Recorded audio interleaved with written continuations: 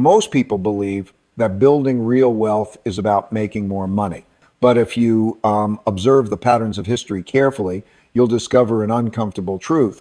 No matter how much you earn, if you don't understand how money works, you'll remain poor. Today, we're going to talk about 5 expenses that are silently destroying your ability to build real wealth. They're not just numbers on a spreadsheet. They're systematic behaviors that, over economic cycles, separate those who accumulate assets from those who merely survive. It's not a prediction, it's a logical consequence. If you understand the incentives behind money, you understand why some people get rich while others remain trapped in cycles of financial dependence, regardless of how much they earn. History is an excellent teacher in this regard. Over the past 8 decades, I've observed consistent patterns. American families who built real wealth, the kind that resists recessions, inflation, and economic changes, all followed similar principles. They understood that wealth isn't about showing off, it's about controlling your cash flow systematically, and that starts by eliminating specific leaks that most people don't even realize they have. Today, you'll discover exactly what those leaks are. I won't give generic advice about spending less. We're going to analyze 5 specific categories of expenses that, when eliminated, free up capital exponentially over time. But first, we need to understand why this works. The construction of real wealth has always followed the same patterns, regardless of the era or economy. If you study the families that maintained wealth across generations, from the Rockefellers to the Rothschilds, from rural American landowners to commercial dynasties, you'll discover they all applied the same fundamental principle. They religiously controlled their money outflows. It's not a coincidence. During the Great Depression of 1929, 2 classes of people emerged: those who lost everything and those who became wealthier. The difference wasn't just in the amount of money they initially possessed, it was in how they managed their operational expenses. The families that survived had systematically eliminated all unnecessary financial leaks years before the crisis. When the economy collapsed, they had reserves and the capacity to invest when assets were devalued. This same dynamic repeated in 1970 during the oil crisis, in 1980 with hyperinflation, in 2000 with the tech bubble burst, in 2008 with the housing crisis, and it's repeating now. If you observe carefully, you'll notice we're in a similar historical moment. We have unprecedented levels of government debt, monetary policies that created bubbles in multiple sectors, an entire generation that has never experienced a real recession, and consumption patterns based on easy credit. It's not an apocalyptic prediction. It's just observation of cyclical patterns. History teaches us that in moments like this, those who control their financial leaks don't just survive the turbulence, but prosper. Meanwhile, those who maintain unnecessary expenses find themselves forced to sell assets at the wrong time. That's why understanding these 5 expense categories isn't just about household economics. It's about strategic positioning for the next economic cycles. Before revealing the 5 specific expenses, you need to understand the mechanics behind building real wealth. True wealth isn't about net worth on paper. It's about free cash flow, money left over after all essential expenses, which can be invested in productive assets. The formula is mathematical. Free cash flow equals income minus essential expenses minus taxes. But here's what most people don't understand. The definition of essential expenses completely determines your financial future. If you believe you need a new car every 5 years, that belief becomes an essential expense. If you believe you need to live in a certain neighborhood to maintain status, that becomes essential. If you believe you need certain brands, specific insurance, or particular conveniences, all of that becomes essential. But essential for what exactly? If you understand the incentives, you understand that most of these needs were created by systems that profit from your consumption. Banks profit from interest. Insurance companies profit from fear. Luxury brands profit from social insecurity. Technology companies profit from convenience. There's nothing inherently wrong with these systems. They provide real value. The problem arises when you don't distinguish between real value and perceived value. The fundamental principle is this: every dollar you spend on perceived value is a dollar that can't be invested in productive assets. And here's the brutal math. Due to compound interest, a dollar invested at age 30 is worth approximately $16 at age 65, assuming an average return of 8% per year. This means a $500 monthly expense at age 30 costs $8,000 monthly in lost wealth at age 65. It's not theory, it's mathematics. That's why eliminating unnecessary expenses isn't just about saving money. It's about multiplying your capacity to build assets over time. But not all expenses are equal. Some categories destroy wealth exponentially, while others have linear impact. The 5 categories we'll analyze are those with the greatest negative exponential impact. Let me illustrate this with a real story I've observed over the years. Imagine 2 professionals, both 35 years old, both earning $80,000 annually. Let's call them David and Michael. David believes he needs to maintain a certain standard of living. He drives a finance car worth $35,000, lives in an expensive apartment for networking, uses credit cards for emergencies, and maintains various insurance policies for security. His fixed monthly expenses total $4,500. Michael, on the other hand, understands the principles we're discussing. He drives a reliable used car he bought with cash, lives in a safe but modest place, eliminated all expensive debts, and maintains only essential insurance. His fixed monthly expenses total $2,800. The difference, $1,700 monthly in free cash flow. Now, let's see what happens over 30 years. David, with his high expenses, manages to invest about $300 monthly. With an average return of 8% per year, at age 65, he'll have approximately $408,000.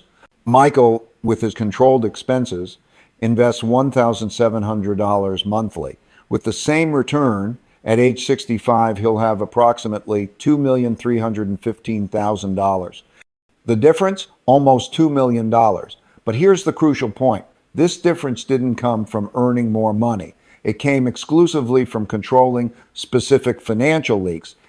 And there's an even more important factor. During recessions or investment opportunities, Michael has the capacity to invest more aggressively, while David often needs to reduce investments to maintain his standard of living. This is the difference between building real wealth and just surviving financially. Another example I frequently observe: families that spend $200 monthly on small conveniences, delivery, unused subscriptions, impulse online purchases. It may seem insignificant, but $200 monthly invested for 30 years transforms into $270,000. $270,000 is enough to buy a house outright in many American cities. If you understand the incentives behind compound interest, you understand that small financial decisions create exponential consequences over time. Now, let's be specific about how this applies to your current situation.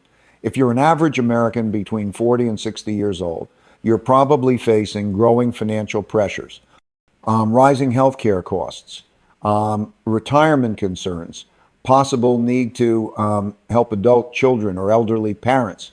At the same time, you probably feel like you've already cut everything you could cut. You're not spending on obvious luxuries. You're not being irresponsible. But here's the reality. Most people are leaking money through 5 specific categories of expenses they don't even realize are optional. These categories are particularly destructive because they're recurring, draining money every month, creating negative compound impact. They seem necessary. You've been conditioned to see them as essential. They're relatively small, don't seem significant in isolation. They're automatic, leaving your account without you thinking about them. And they grow over time, automatically increasing due to inflation or changes in terms. The combination of these factors creates what I call the unconscious financial tax. It's a tax you pay for not systematically questioning your recurring expenses. Consider your current situation. If you have less than $500,000 in invested assets, every dollar of unnecessary expense is literally stealing your future security. And if you have more than $500,000, every unnecessary dollar is preventing you from achieving real financial independence. Your current wealth level doesn't matter. The mechanics are the same. What changes is only the scale of impact. That's why the 5 categories I'm about to reveal aren't about deprivation. They're about consciousness. They're about distinguishing between real needs and artificially created needs. And they're about redirecting money that's being wasted to investments that will work for you for the next 20, 30, or 40 years. The first category is the biggest wealth destroyer for most Americans: unnecessary interest payments. If you're paying interest on anything other than your primary home, you're transferring your future wealth to banks and financial institutions. Credit cards charging 18 to 25% annually, car loans with 4 to 8% interest, personal loans with 10 to 15% interest, furniture and electronics financing. The math is brutal. If you owe $5,000 on a credit card at 22% annually and pay only the minimum, it will take 36 years to pay off, and you'll pay $16,000 in interest. $16,000 invested with 8% annual return for 36 years would become $256,000. You're literally choosing between $5,000 of convenience today and $256,000 of wealth in the future. The specific action here is list all your interest-bearing debts, eliminate them systematically, starting with the highest interest rates, use the debt avalanche strategy, cut all non-essential spending until you completely eliminate these debts. The second category is excessive banking and investment fees. Most people lose between 1 and 3% of their wealth annually in fees they could easily avoid. Monthly bank fees of $15 to $30, investment fees of 1.5 to 2.5% annually in mutual funds, unnecessary brokerage fees, annual credit card fees, checking account fees for low balances. It seems small, but 2% annually for 30 years reduces your final wealth by approximately 45%. If you should have $1 million at age 65, excessive fees can reduce that to $550,000. The specific action: switch to banks without monthly fees. Use ETFs with fees below 0, 1% instead of expensive mutual funds. Eliminate all unnecessary banking fees. Negotiate or eliminate annual card fees. The third category is particularly insidious because it's disguised as professional necessity or personal investment, status and ego spending. Cars more expensive than necessary, brand name clothing when functional alternatives cost 70% less, housing in expensive neighborhoods just for the address, latest gadgets and technology, expensive dinners to impress clients or acquaintances. The reality is that status spending rarely generates real economic return. Most of the time, it generates the opposite result. You become known as someone who spends a lot, attracting people interested in your money. A $50,000 car, instead of a reliable $15,000 one, costs $35,000. Invested for 25 years, those $35,000 would become $219,000. The specific action: evaluate every large purchase by asking, does this generate direct income or make me more productive? If the answer is no, consider cheaper functional alternatives. The fourth category is oversized or unnecessary insurance. Insurance is essential for protection against catastrophic risks. But most people buy excessive insurance or for risks they could easily absorb.